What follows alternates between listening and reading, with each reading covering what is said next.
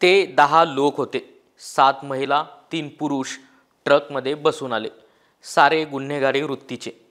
कवटे महांकाळ तालुक्यात त्यांनी दरोडे टाकत धिंगाणा घातला। दोघांना जीवानिशी मारले। शेळ्या मोकडांवर चाकूने वार केले। कोंबड्या मारल्या। पोलीस ॲक्शन मोडवर आले। रात्रीच चक्रे फिरली। रात्री रक्ताचा सडा पाडणारी टोळी दुसऱ्या दिवशीचा सूर्य उजावण्यापूर्वीच गजाआड झाली होती। नमस्कार, मी संदीप कापडे। ही घटना आहे 11 जून 1995 ची। पंढरपूर मिरज रस्त्यावर एक ट्रक येत होता।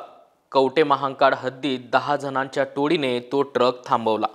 प्रवासी म्हणून ते ट्रकमध्ये बसले। मुंबईतील एक प्रवासी ट्रकमध्ये आधीपासून होता। काही अंतर कापले आणि लघुशंकेसाठी ट्रक थांबवला गेला। तोडक्यातील तिघांनी ट्रक चालक, मुंबईचा प्रवासी आणि क्लीनरकडे हत्यारांचा धाक दाखवत पैशांची मागणी केली। मुंबईकरांकडून सगळे पैसे काढून घेतले। जबर मारहाण केली। क्लीनरला मारले। ट्रक चालकाला मारहाण करून पैसे काढून घेतले। तेथे आरडाओरडा होईल हे लक्षात आल्याने चालकाच्या डोक्यात दगड घालून त्याची हत्या करण्यात आली। क्लीनर मारहाणीत गंभीर जखमी होऊन निपचित पडलेला। ते टोळके आळगाव फाट्याजवळील गावात घुसले। तेथेही धिंगाणा घालायला सुरुवात केली। वस्ती विरळ, गावकरी घाबरलेले। त्याच गावात घराबाहेर बांधलेल्या शेळ्या बोकडांना सपासप वार करून त्यांनी मारून टाकले।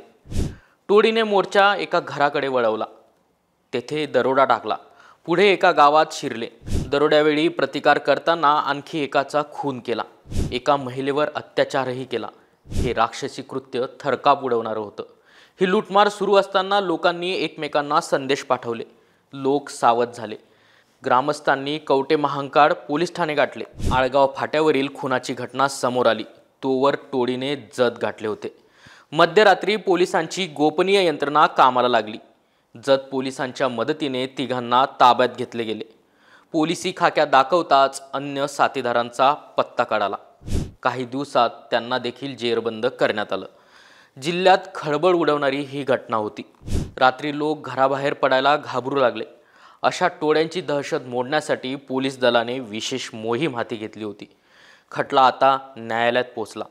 तत्कालीन प्रभारी पोलीस अधीक्षक शहाजीराव सोळुंखे यांनी सरकारी वकील S पाटील यांचे नाव सुचवले।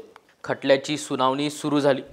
प्रत्यक्षदर्शी साक्षीदार असलेला मुंबईतील तो प्रवासी, अत्याचार झालेली पीडिता आणि 2 पंच यांच्या साक्षी महत्त्वपूर्ण ठरल्या। साक्षीदार पंच फितूर होऊ नयेत यासाठी त्यांना पोलिसांचे संरक्षण देखील दिले होते।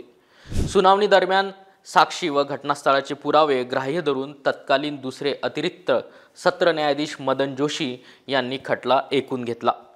3 पुरुष आरोपींना फाशीची शिक्षा सुनावण्यात आली। अन्य आरोपींना जन्मठेप तर 5 महिलांना 10 वर्षाची सक्त मजुरीची शिक्षा सुनावण्यात आली। हा व्हिडिओ तुम्हाला कसा वाटला आम्हाला कमेंट बॉक्समध्ये नक्की सांगा आणि शेअर, लाईक, सबस्क्राइब करायला विसरू नका। महाराष्ट्रातील सर्व बातम्यांचे विश्वासार्ह व्यासपीठ,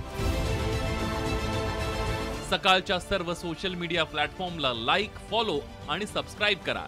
तसंच सर्व नोटिफिकेशनसाठी बेल आयकॉन प्रेस करायला विसरू नका।